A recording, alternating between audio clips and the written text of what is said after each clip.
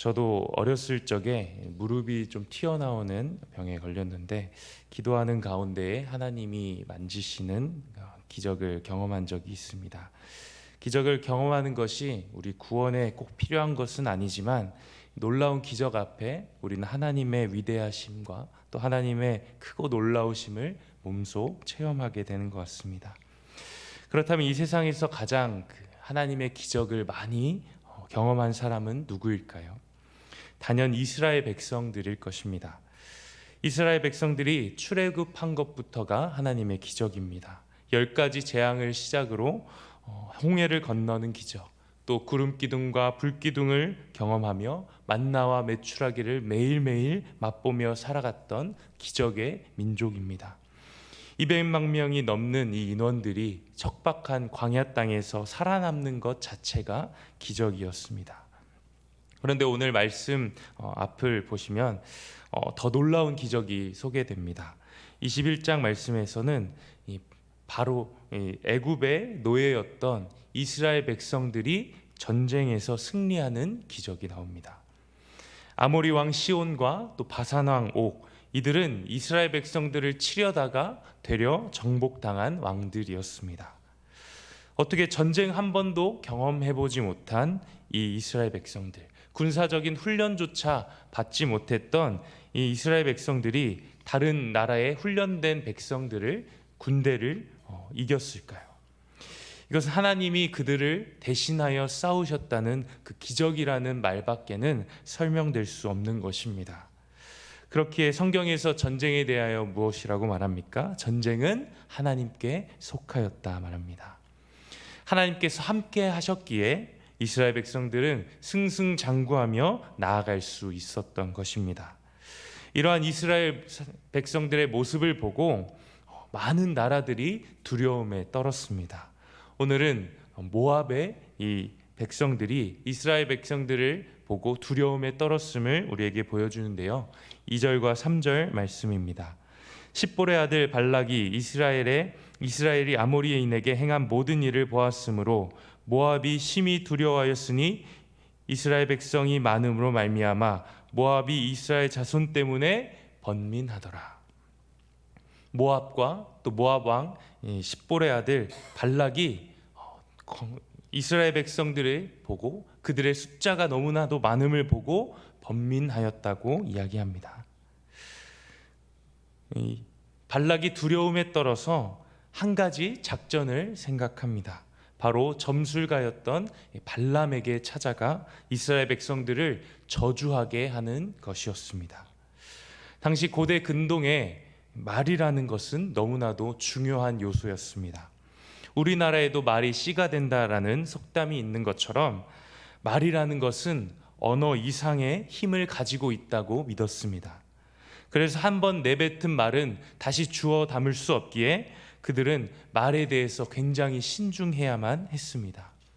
그렇기에 말로 이스라엘 백성들을 저주해 달라라는 이 요청은 아무것도 아닌 것처럼 보이지만 사실은 더 이상 이들이 하나님의 보호를 받지 않도록 하나님의 백성이 아니게 해달라는 그런 요청과 다름없었던 것입니다. 과연 이 요청에 발람이 어떻게 응하였을까요? 우리가 뒤를 살펴보면서 아시겠지만 발람은 오히려 이스라엘 백성들을 축복하게 됩니다. 저주하지 않습니다. 그런데 왜 성경에서는 발람에 대해서 악한 자로 평가하고 있을까요? 베드로후서 2장 15절 16절 말씀에 이렇게 이야기합니다. 그들이 바른 길을 떠나 미혹되어 부올의 아들 발람의 길을 따르는도다. 그는 불의한 싹을 사랑하다가 자기의 불법으로 말미암아 책망을 받되 말하지 못하는 나귀가 사람의 소리로 말하여 이 선지자의 미친 행동을 저지하였느니라. 발람의 행동을 미친 행동이라고 이야기하며 그가 불의의 싹을 사랑하며 불법으로 살아갔던 사람이라고 말합니다.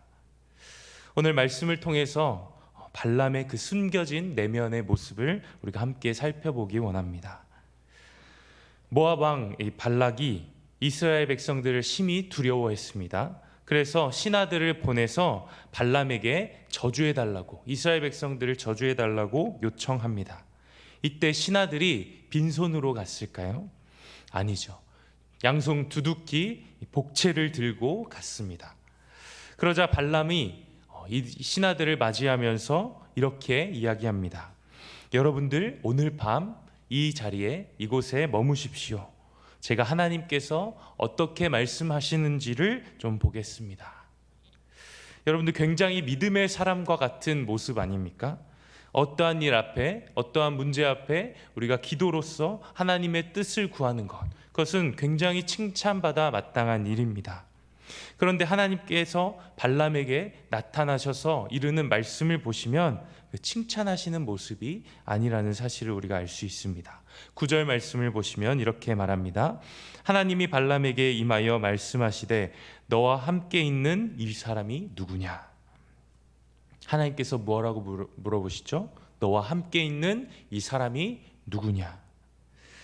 하나님께서 정말 이 사람들이 누구셨는지 궁금하셔서 물어본 것이 아닐 겁니다. 전능하신 하나님께서 이 사람이 누구냐라는 그 말씀 안에는 어떠한 의도가 담겨 있을 것이라는 것입니다. 창세기 3장에서 아담과 하와가 선악과를 먹죠. 그리고 하나님 앞에 숨습니다. 그때 하나님께서 아담에게 나타나셔서 무엇이라 말씀하십니까? 아담아, 내가 어디 있느냐? 누가 너의 벗었음을 알게 하였느냐?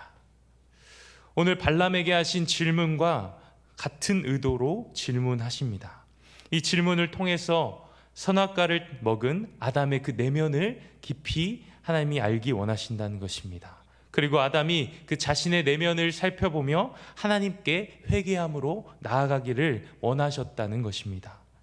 마찬가지로 발람에게 오늘 이 사람이 누구냐라는 그 질문에는 지금 이 사람이 너희 집에 있는 그 이유가 무엇이냐를 물어보십니다.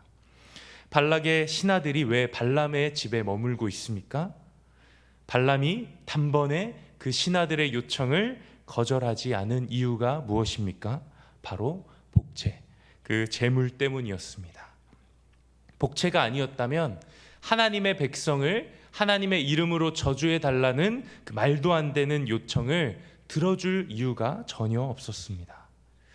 이에 대하여 하나님께서 발람에게 말씀하십니다. 12절 말씀, 하나님이 발람에게 이르시되 너는 그들과 함께 가지도 말고 그 백성을 저주하지도 말라. 그들은 복을 받을 자들이니라. 하나님의 뜻이 무엇입니까? 발람이 단호히 거절하고 그들과 함께 가지 않는 것이었습니다. 그렇게 다음날 아침 발람이 일어나서 발락의 신하들에게 거절의 의사를 표합니다. 그런데 발람이 거절했다는 소식을 듣고 발락이 또 한 번 발람에게 신하들을 보냅니다.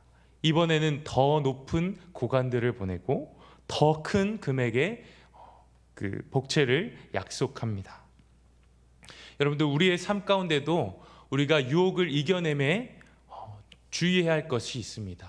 우리가 한 번 거절했다고 해서 그것이 끝난 것이 아니라는 사실입니다. 더 큰 유혹이 우리 가운데 다가오게 된다는 것입니다. 이때 발람의 대답이 무엇이었을까요? 19절 말씀에 그런즉 이제 너희도 이 밤에 여기서 유숙하라. 여호와께서 내게 무슨 말씀을 더하실지를 알아보리라. 같은 이야기를 하죠. 너희도 이 집에서 유숙해요 머무르라. 그런데 여기서 발람이 한 가지를 더 말합니다. 여호와께서 내게 무슨 말씀을 더 하실지 알아보겠다 말합니다. 어떤 뜻입니까? 분명 하나님이 그때 나에게 말씀하지 않으신 것이 남아 있을 거야. 혹시 하나님의 마음이 변했을 수도 있잖아. 그러자 하나님께서 그날 밤 발람에게 임하여 말씀하십니다. 20절 말씀, 밤에 하나님이 발람에게 임하여 이르시되 그 사람이 너를 부르러 왔거든 일어나 함께 가라. 그러나 내가 내게 이르는 말만 준행할지니라. 하나님께서 뭐라 말씀하십니까? 함께 가라 말씀하시죠. 전에는 분명 함께 가지 말라 말씀하신 하나님이 지금 그들과 함께 가라고 말씀하시는 이유가 무엇일까요? 하나님의 뜻과 하나님의 마음이 변해서였을까요? 아닙니다. 하나님의 뜻은 여전히 발람이 그들을 따라가지 않는 것입니다. 그러나 발람의 그 고집스러운 마음, 그리고 하나님의 말씀보다 돈을 더 쫓아가는 그 발람의 완악한 마음을 하나님이 아셨기 때문입니다. 하나님의 말씀이 바뀐 이유는 하나님의 마음이 변해서가 아니라 발람의 마음이 도무지 변하지 않아서였습니다. 로마서 1장 28절 말씀에 이렇게 이야기합니다. 또한 그들이 마음에 하나님 두기를 싫어하매 하나님께서 그들을 그 상실한 마음대로 내버려 두사 합당하지 못한 일을 하게 하였으니, 사람이 뜻을 돌이키지 않을 때 하나님께서는 사람의 뜻을 자기의 뜻대로 임의로 강제로 바꾸시는 것이 아니라 그들을 그 뜻 가운데 내버려 두신다 말씀합니다. 하나님이 그 뜻을 인정해서가 아니라 돌이켜지지 않는 그 강팍한 마음을 아시기에 그들을 그것 가운데 내버려 두신다 말씀하십니다. 하나님께서 발람을 내버려 두신 것입니다. 하나님께서 분명 하나님의 뜻을 말씀하셨음에도 계속해요 재물로 향하는 그의 마음을 하나님께서 내버려 두셨다는 것입니다. 성도 여러분, 우리가 신앙생활을 하는 가운데에 경계해야 할 것이 바로 이것입니다. 하나님을 믿노라 말하면서 우리가 얼마나 많은 순간 하나님의 뜻을 저버리며 살아갑니까? 대부분의 경우 우리가 하나님의 뜻을 몰라서가 아니라 하나님의 뜻을 알면서도 나에게 무언가 더 말씀하시기를 기대하는 마음이 있지 않습니까? 하나님의 뜻이 변해지길, 하나님의 뜻이 바뀌어지기를 소망하며 우리가 하나님 앞에 간구하지 않습니까? 나의 욕심이 이루어지기를 원하는 마음으로 하나님 앞에 기도하지는 않습니까? 발람이 성경에서 악한 인물이라 평가받는 이유가 무엇입니까? 발람의 그 행동이 미친 행동이라고 말하는 그 이유가 무엇입니까? 하나님의 뜻을 알고 있었음에도 불구하고 그것을 따라가지 않았고 자신의 욕심과 탐욕의 길로 나아갔던 그 길을 걸었기 때문입니다.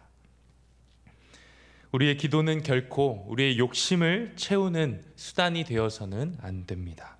우리의 기도는 하나님의 뜻을 구하고 그 뜻에 순종할 수 있는 마음을 구하는 기도가 되어야 할 줄로 믿습니다. 오늘 하루도 우리가 하나님의 뜻을 구하며 그 뜻에 순종하며 살아가는 모든 성도님들 되시기를 간절히 소망합니다. 기도하겠습니다. 하나님 아버지, 감사합니다. 얼마나 많은 순간 우리가 하나님의 뜻을 잊어버리며 살아갑니까? 우리의 연약함을 용서하여 주시며 하나님의 뜻을 따라 살아갈 수 있도록 도와주시옵소서. 우리의 욕심에 하나님의 뜻을 끼워 맞추는 기도가 아니라 하나님 말씀 앞에 겸손히 엎드리며 우리의 삶을 드리는 기도 되게 하여 주시옵소서. 때로 우리 가운데 유혹이 찾아올 때에 단호히 거절할 수 있는 영적인 강건함을 허락하여 주시고 하나님의 뜻에 순종할 수 있는 믿음을 더하여 주시옵소서. 예수님의 이름으로 기도합니다. 아멘. 하늘에 계신 우리 아버지여, 이름이 거룩히 여김을 받으시오며 나라가 임하옵시며 뜻이 하늘에서 이루어진 것 같이 땅에서도 이루어지이다. 오늘날 우리에게 일용할 양식을 주옵시고 우리가 우리에게 죄 지은 자를 사하여 준 것 같이 우리 죄를 사하여 주옵시고 우리를 시험에 들게 하지 마옵시고 다만 악에서 구하옵소서. 대개 나라와 권세와 영광이 아버지께 영원히 있사옵나이다. 아멘. 우리 시간에 함께 기도하실 때 교회를 위해서 기도하시기 바랍니다. 5월 26일 교육부서 전체 출석주의를 위해서 많은 어린이들 또 청소년들이 이날을 통하여서 기쁨을 누리고 복음을 들을 수 있도록, 또한 은혜가 가득한 준비의 모든 과정 될 수 있도록 기도해 주시기 바랍니다. 몸이 아픈 성도들, 경제적으로 정신적으로 힘들어하고 있는 성도들을 하나님께서 붙잡아 달라고 함께 기도하신 후에 각자의 기도 제목으로 자유롭게 기도하시고 돌아가시면 되겠습니다. 함께 기도하겠습니다. 하나님 아버지, 감사합니다. 하나님, 우리의 모든 삶에 주님의 뜻을 따라 살아가길 소망합니다. 하나님, 주님의 뜻을 알매도 그렇게 살아가지 못하는 우리의 모습들을 주님 우리가 돌이키며 하나님 앞에 나아가며 주님의 뜻대로 주님의 말씀대로 살아갈 수 있도록 우리를 날마다 주님 앞에 복종하게 하여 주시옵소서. 주님, 우리의 자아가, 우리의 욕심이 아버지 하나님 주님의 말씀을 지키는 것에 아버지 우리를 방해하며 나아갑니다. 그러나 우리가 주님을 의지함으로 주님 그것들을 이겨낼 수 있도록 주여 도와주시옵소서. 날마다 주님 앞에 주님과 가까운 것처럼 주님 우리의 삶이 되게 하여 주시고